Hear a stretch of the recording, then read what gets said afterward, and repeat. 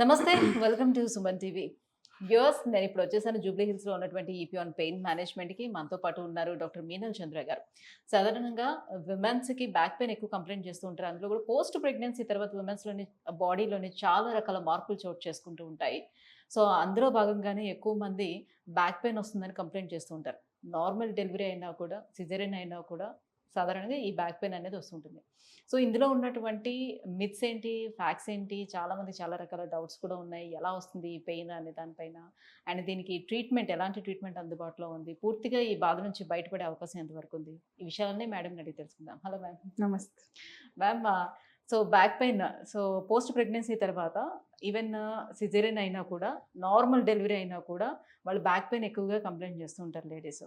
So సాధారణంగా caesarean అయితే ఏంటంటే అక్కడ ఇంజెక్షన్స్ ఇస్తారు కాబట్టి దానివల్ల బ్యాక్ పెయిన్ వస్తుందని అందరిలో ఉన్నటువంటి ఒక, అది అపోహ కావచ్చు, నిజం కావచ్చు, అది మీరే డిసైడ్ చేయాలి అని అనుకుంటారు. కానీ మీరు అసలు నార్మల్ డెలివరీ అయినప్పుడు కూడా ఎందుకు వస్తుంది అని? సో పోస్ట్ ప్రెగ్నెన్సీ తర్వాత సేక్రోయిలియక్ జాయింట్ పెయిన్ చాలా కామన్‌గా ఉంది. It is most important cause of pain after pregnancy.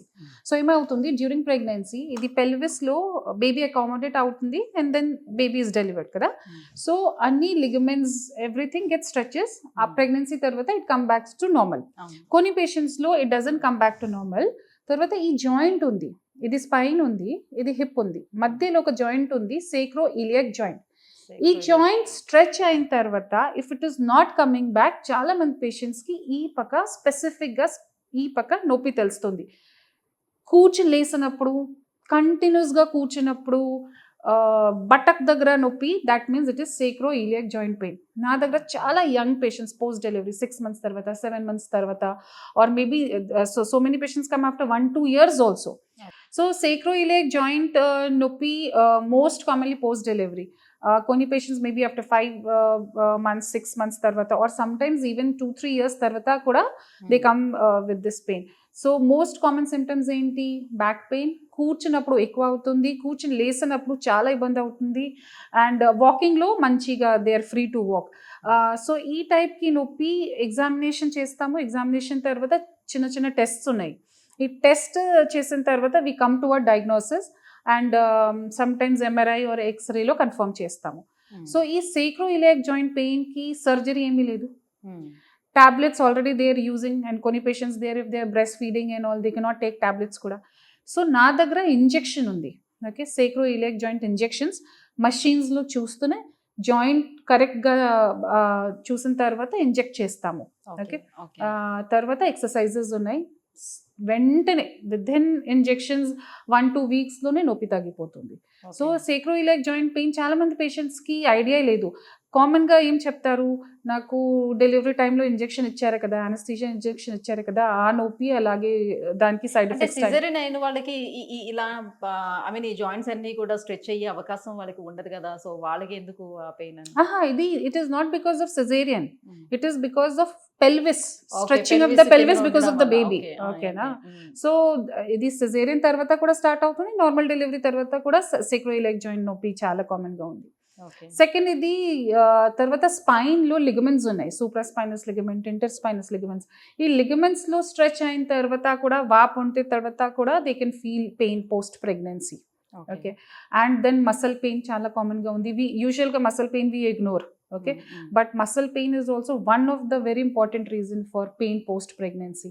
Okay, అందుకంటే they keep on holding the baby, తర్వాత abnormal position, and their hormonal changes are there, that is they are going through. So all these things, all these factors contribute, well, they get back pain. Okay, so పిఆర్పిలో కూడా వాళ్ళకి ఎన్ని sessions ఉండే అవకాశం ఉంటుంది? అది కూడా డిపెండ్ ఆన్ పేషెంట్. పేషెంట్స్లో డిపెండ్ అవుతుంది, పేషెంట్ సిమ్టమ్స్లో డిపెండ్ అవుతుంది, తర్వాత ఎంత డ్యామేజ్ ఉందో లోపల దాంట్లో డిపెండ్ అవుతుంది. సో యూజువల్గా 1 sitting or maybe in some cases 2 sittings, but 1 or 2 sittings సరిపోతుంది ఉంది జనరల్గా for sacroiliac joint pain or ligament pain కోసం. 1-2 sittings is more than enough. Okay. దీంతో పాటు కూడా వాళ్ళు ఫిజియోథెరపీ లాంటిది ఏమైనా తీసుకోవాల్సిన ఎక్సర్‌సైజెస్ ఏమైనా చెప్తారా దానికి? తప్పకుండా ఎక్సర్సైజ్ చాలా ఇంపార్టెంట్ ఉంది. నా పెయిన్ మేనేజ్మెంట్‌లో ఎక్సర్సైజెస్‌కి role is more than 30-40%. Okay. So ప్రతి కేసెస్‌లో specific rehab, specific exercises patient condition బట్టి, పేషెంట్‌కి కెపాసిటీ బట్టి నా టీమ్ చెప్తారు. ఓకే. సో అగైన్ రీహాబ్ ఒక అనదర్ టీమ్ ఉంది నా దగ్గర. సో రీహాబ్ ఇంపార్టెంట్ ఉంది, ఎక్సర్సైజెస్, తర్వాత డైట్ కూడా ఇంపార్టెంట్ ఉంది. Okay. Then lifestyle modifications కూడా ఇంపార్టెంట్ ఉంది. మొత్తం కలిపి వి గివ్ గుడ్ రిజల్ట్. సాధారణంగా ఆర్థోపెడిషియన్ దగ్గరికి వెళ్ళేటప్పుడు చాలామంది చెప్పే విషయం ఇలాంటి ప్రాబ్లమ్స్ ఉండేటప్పుడు లేకపోతే ఎనీ జాయింట్ ప్రాబ్లమ్స్ ఉండేటప్పుడు వెళ్ళేటప్పుడు సో ఆల్మోస్ట్ మీరు రెస్టింగ్ పొజిషన్‌లో ఉండాలి. మీరు వాక్ కూడా ఎక్కువగా చేయొద్దు. So any exercises 6 months or 3 months వరకు చేయొద్దు. ట్రీట్మెంట్ కంప్లీట్ అయిపోయేంత వరకు చేయొద్దు. ఇవన్నీ చెప్తూ ఉంటారు. సో వెరాజ్ ఇక్కడ మీరు ట్రీట్మెంట్ ఇస్తూనే దాంతో పాటుగా ఎక్సర్‌సైజెస్ కానివ్వండి, ఫిజియోథెరపీ గాని అన్నీ చేపిస్తున్నారు కదా! ఎందుకు వాళ్ళకి మీరు చెప్పేదాన్ని సి డిఫరెన్స్ చెప్తారు? Resting means more than 3 months rest చేసిన తర్వాత 33% of the muscle loss start అవుతుంది. ఓకే. ఓకే. సో ఇది ముందు దే యూస్ టు టెల్ మీకు స్పైన్లో ప్రాబ్లమ్ ఉంటే, సియాటికా నొప్పి ఉంటే తప్పకుండా 3 మంత్స్ వరకు బెడ్ రెస్ట్. ఇప్పుడు everything is now changed. Bed rest చేస్తే again muscle stiffness, myofascial disuse problem start అవుతుంది. Okay. So you have to be active. కానీ మీకు నొప్పి ఎక్కువ ఉంటే ఆ టైంలో ఎక్సర్సైజ్ చేయకూడదు. ఫస్ట్ నొప్పి తగ్గాల. How do decrease the pain? Either by tablets or by injections. Okay. So నొప్పి తగ్గిన తర్వాత exercises is very important. But ఎక్సర్సైజ్కి చాలా ఇంపార్టెంట్ రోల్ ఉంది. ఓకే. కంటిన్యూస్గా రెస్ట్ చేసినప్పుడు muscle loss is very common. తర్వాత జాయింట్కి మూవ్మెంట్ రిస్ట్రిక్ట్ అవుతుంది. So they are so many complications of resting. అన్నెసెసరీగా రెస్ట్ చేయకూడదు. యాక్టివిటీ ఉండాలి. Muscle should be active, joint should be active.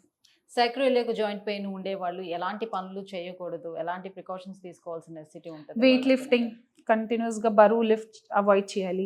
తర్వాత కిందికి కూర్చున్నప్పుడు స్క్వాటింగ్ పొజిషన్ అవాయిడ్ చేయాలి. కంటిన్యూస్గా కూర్చోవద్దు. కంటిన్యూస్గా స్టాండింగ్ అవాయిడ్ చేయాలి. సో ఈ కొన్ని ప్రికాషన్స్ ఉన్నాయి. సివియర్ ఉంటే అవాయిడ్ మీన్స్ ఎవాల్యుయేట్ చేయాలి. Okay. So because most of the time the sacroiliac joint pain will not be seen in other investigation. So దానికోసం స్పెసిఫిక్ టెస్ట్ ఉంది. ఈ స్పెసిఫిక్ టెస్ట్లోనే we identify 90% of the time ఈ specific టెస్ట్లోనే we identified. Confirmation కోసం if required x-ray or MRI చేస్తాము. So ఈ precautions follow చేయాలి. If with painkillers for 2-3 days exercise వల్ల if it is not coming down తప్పకుండా go to a pain physician and get it so evaluated. ఇలాంటి problems ఉండేటప్పుడు చాలా మంది యోగా చేసుకుంటే క్యూర్ అవుతుంది అనే ఉద్దేశంతో వెళ్తారు. ట్రీట్మెంట్ ఫినిష్ అయిపోయిన తర్వాత అది స్టార్ట్ చేసుకుంటే బెటరా? లేకపోతే బిఫోర్ ట్రీట్మెంట్ కానీ ట్రీట్మెంట్ జరుగుతున్నప్పుడు కానీ చెయ్యొచ్చు అంటారా? See, like I said, నొప్పి ఎక్కువ ఉంటే any kind of physical activity can be dangerous. Okay. So if yoga start చేస్తే or any kind of exercise start చేస్తే నొప్పి ఎక్కువకి ఛాన్సెస్ ఉన్నాయి. సో ఫస్ట్ నొప్పి తగ్గాల. నొప్పి తగ్గింది కోసం either you take painkillers or these kind of treatment and then start yoga or any kind of exercise, rehab, whatever should be only done when your pain is come down. నొప్పి ఉంటేనే చేస్తే చాలా కష్టం. Right. Thank you so much ma'am. So post pregnancy తర్వాత లేడీస్లో వచ్చేటువంటి back పెయిన్కి reasons and treatment గురించి కూడా తెలియజేసినందుకు thank you. Thank you so much.